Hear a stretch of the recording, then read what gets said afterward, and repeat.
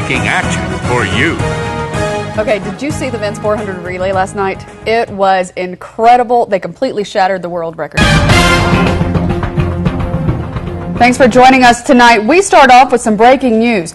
Senatorial candidate Rex Ramel will be on your ballot in November. Tara Mergener is in Washington with her phone ready for the announcement. The real scary part of Halloween is not knowing whose door your kid is knocking on. The Bingham County Sheriff's Office will be having their first ever Operation Blackout. Any registered sex offender must have all their lights off and are prevented from passing out candy. Extra patrol will be out, making sure the sex offenders are not interacting with the children.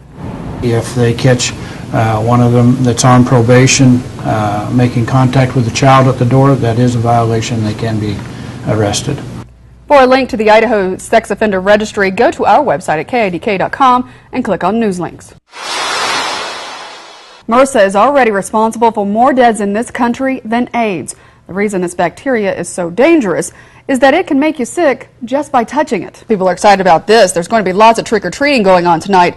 And instead of eating all that candy, you can save some cavities and get some money. Dr. Gaffner at the Center for Cosmetic Dentistry is collecting all your candy and giving you cash. For every pound of candy you bring in, they'll give you $1. And every pound brought in will be sent to troops overseas. They're collecting all the candy on November 6th from 4 to 5:30 at 333 Woodruff. On this Halloween, several Eastern Idaho students got the day off from school. But it wasn't exactly a vacation. They were all learning the basics of science in the annual pumpkin chuck. Eyewitness News reporter Tommy Noel, who's covered this event 3 out of the past 4 years, takes us chucking. See how the wind is wreaking havoc on my hair right now and basically lifting it up and giving it a life of its own? Well, that's exactly what fire officials are afraid that this wind will do with this fire. Make sure that it doesn't change its course from going around this bend, completely cutting that off. Around 2 this afternoon, 2 suspects that they've been searching for 24 hours holed up in this house right behind me. I don't know if you can see the red brick house right there. We're taking action for you, and we're talking to the experts. We're here at Town and Country Gardens, and John Crook joins us now. John, what must people do to protect their plants tonight? But 5 of those are fifth-year seniors, so they don't count, so we'll take those away.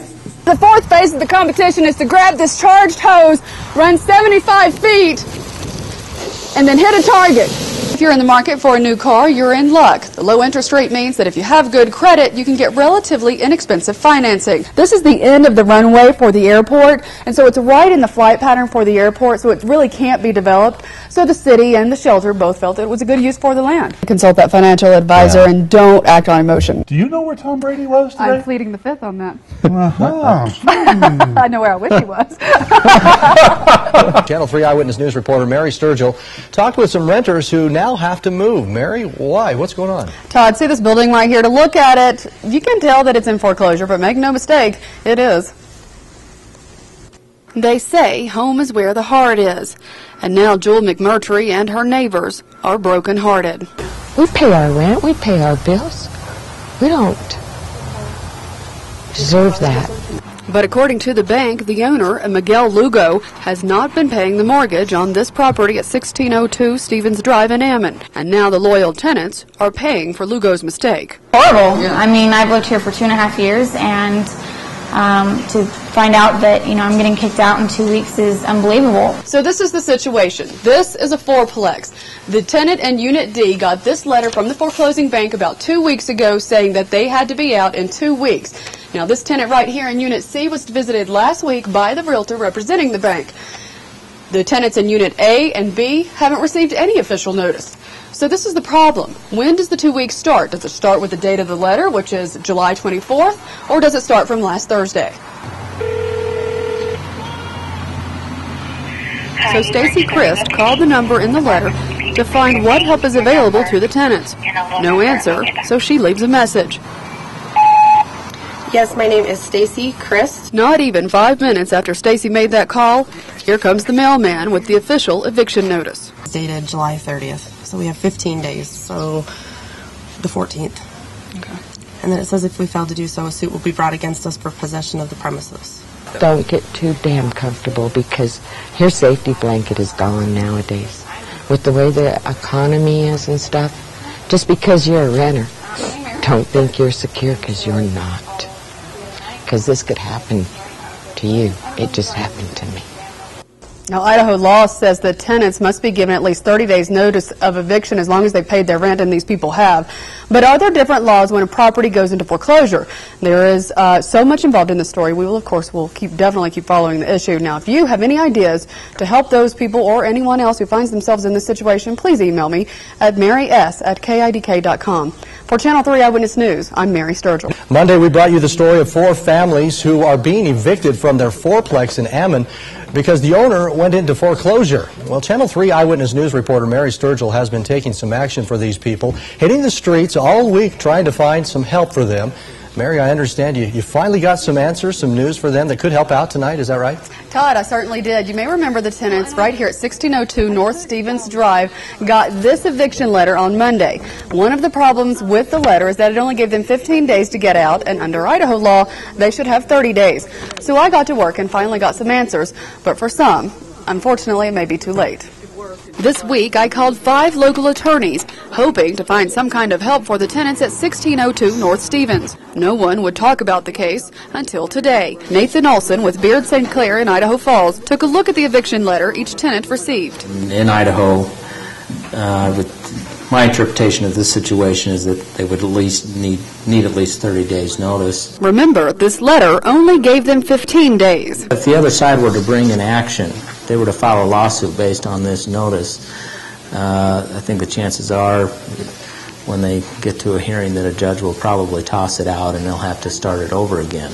I convinced Nathan to call the Pite Duncan law firm in California who represents the bank to see if they knew everything about the situation. So he did. Transfer me to Deborah.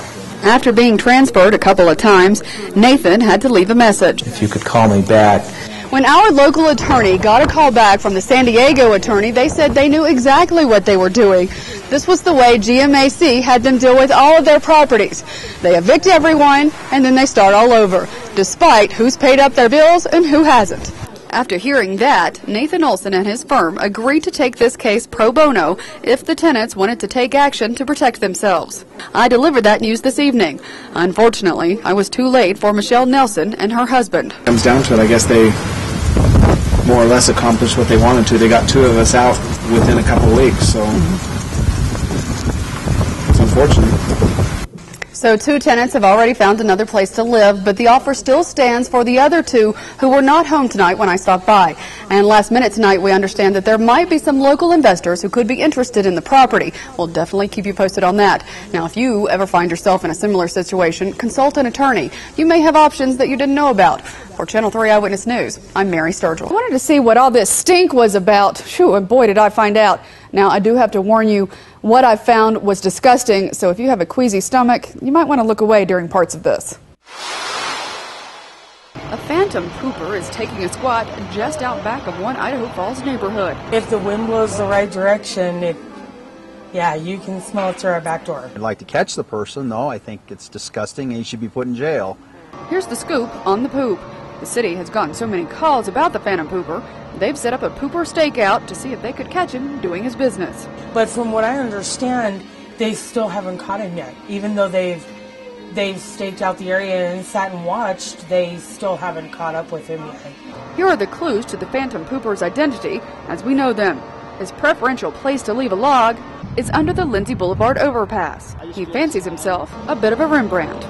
You know, I don't know why they want to finger paint with it, but leave their mark and go. He does leave his mark, and he certainly goes and goes and goes.